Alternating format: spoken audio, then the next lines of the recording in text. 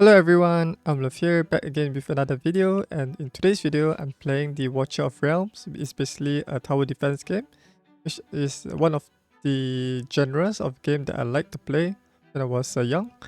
And in today's video I'll be creating a guide on the arena, where, the, where this arena is pretty interesting compared to other gacha games, where basically this one has different challenges depending on the week. So for this current week, right, is the Sustained DPS. What does that mean? If we click on here, let's see. You click on this magnifying glass. It will tell you that Sustained DPS is useful against strong foe with heavy armor and powerful strikes. Basically, magicians are really useful to deal 20% more damage to these heavy armor enemies, and it also states that it also recommends that balance lines up with adequate attack and defense are recommended. So you also need to also have a tanker in your team to prevent them from hitting your base. And assist that tanker with a healer would be ideal, so that your tanker can sustain himself throughout the battle before he gets killed and then the enemies like break through him. So for this challenge, there are 4: anti-air DPS, AoE DPS, single target DPS, and now it's sustained DPS. If you have no idea what heroes to choose for this sustained DPS, you can head over to this page, and these are the tiers of the arena, so you can see what players are using in the arena for this challenge, sustained DPS. So as you can see, there are lots of heroes here, but mostly are legendaries like Hatsut, Araka. Most of these heroes I do not have, that's why it's grayed out. And currently I'm just playing this game starting 4 days ago, so that's why I do not have really a large roster. And I was quite lucky to get one of the legendary heroes, who is Morrigan. It is quite a punch, but does not do much AoE, AoE damage. This girl, pretty cool character design. And yeah, so there's 5 tiers of arena. Bronze, as you can see, I do not have much of these heroes. For silver, it's like that. And there's gold, platinum, and overlord I think it's the highest arena tier here. Yeah, so these are the heroes. So if your roster is really large, then you can build these heroes to help you in this sustained DPS. Alright. Let me show you how I tackle this sustained DPS challenge. So let's find a arena defense team that we can try out. So maybe you can try this guy, Arisu. He has like 5-star heroes, 1 4-star hero here, and then 1 6-star hero. Not sure what's this hero. Hamed. Probably this is one of his main DPS, right? For his arena defense team. Alright, so let's check them out. So let's say if you have done one battle already, you can perform an auto fight. This is really nice. And yeah, so let's try to fight this team. Right, so from here, right, you can see both teams. You can scroll up so you can see both of our team here. What I'll do is I will put in my tanker at the entrance to prevent this enemy from going to my base, which is like this crystal portal here. You can see both enemies here. Let me deploy my most powerful damage deal here, which is Morrigan. So you can see that the enemy has already have a leg start here. Okay, let me put my DPS here. So this one is my hero that can apply slow, which synergizes really well with Morrigan, because enemies we have slow throws or something like that, then they will receive even more damage.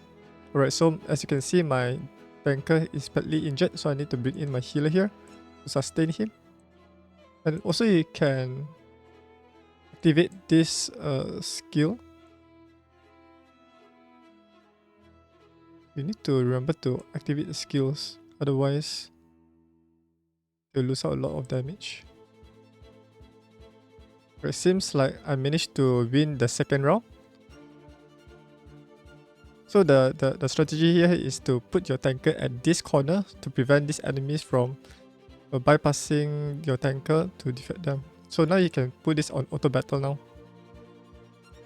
So because it's pretty difficult for me to select this hero, so I just put it at a stack over. So you automatically cast these ultimate abilities for me. So now I can, oh wow, the enemy finishes the enemy team finishes the team first. So you can also learn people's strategy on how they overcome these enemies here.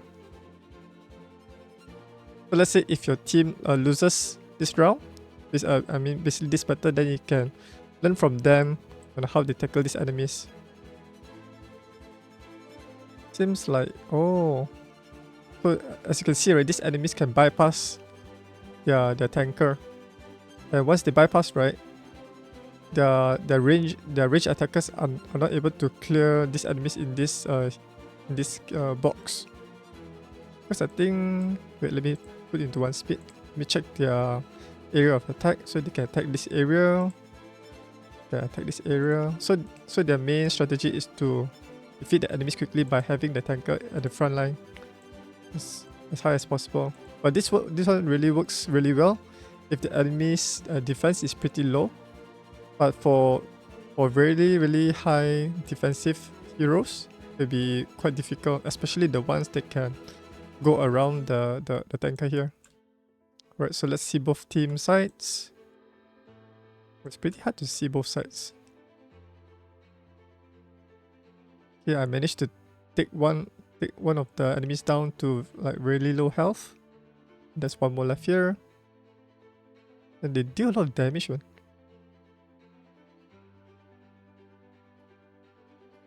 Wow, yeah.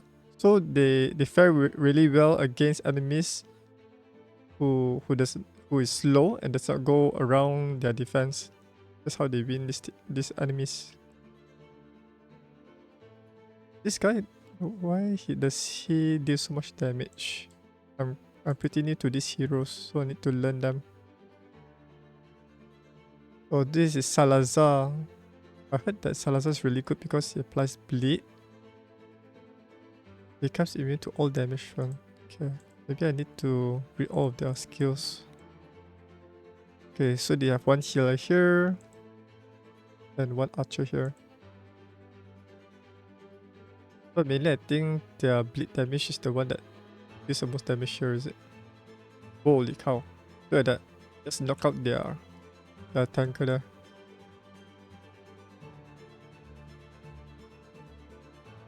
I think Salazar is really good in damage, but not good as a tanker. Okay, I managed to defeat these strong enemies that deals quite a punch. Okay, we won this battle. But yeah, so let's say if you lost this battle, you can see and maybe copy the strategy and make it better to enable your team to win. But even though if you lose or win in this arena battle, right, they still give you this arena coin. So let's say if someone defeated your defense, you get arena coin. If you win or lose, you also get arena points as well. As you can see, right, you can check out the results here. So let's say even though they beat my defense, I think this one. I'm not sure whether they beat this. But if I lose my defenses, I will also get coin, or only the wins. Alright, so that's basically my guide on this arena offense team. Do let me know what do you think about this game if you're playing it. And yeah, hopefully this video is helpful in building your team, your defensive team against these enemies for the sustained DPS. And yeah, thanks for watching, and I'll see you guys in the next video. Bye!